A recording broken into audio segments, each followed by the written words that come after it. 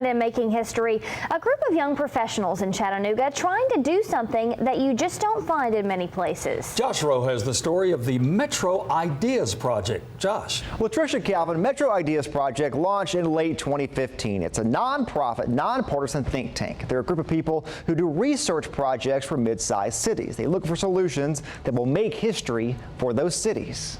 Joda Tongnap had a much different high school job compared to most of us. It was a project he and a friend started on Twitter. We started what is essentially an early prototyped version of the Newswire service, and then it was acquired by MSNBC after we kind of ramped up to 1.5 million followers. Joda is 24 now. He graduated college at 21 and went to work for an ad agency. It's kind of an odd path from there to running a policy organization, but I've always had a really strong interest in politics. And now Joda and the rest of the small but growing staff here is working to solve problems for cities with fewer than 1 million people.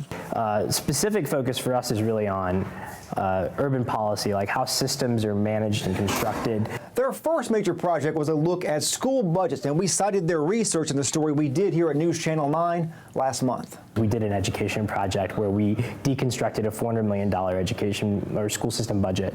And what we were really trying to figure out was how much money goes to each school and how we allocated, that $400 million to individual schools. One study they're working on now is looking at the benefit of innovation districts. You'll have a very specialized group of people and institutions and organizations that are working perhaps on completely separate things, but are able to bounce off of each other to produce higher concentrations of innovative and productive work. And so I think beyond that, it's a little unclear as to what they actually do, and that's part of the purpose of this research. Metro Ideas Project's offices are located on East Main Street. We're on the border of Glenwood, Highland Park, Southside, Ridgedale, and that's really cool to us. They wanted to be where people live, and soon there will be a public coffee shop inside their office where you can go and discuss ideas with them. They want to create research and a space that is accessible for everyone. We are really committed to the idea that research shouldn't just be for a select group of people, but it should inform everybody,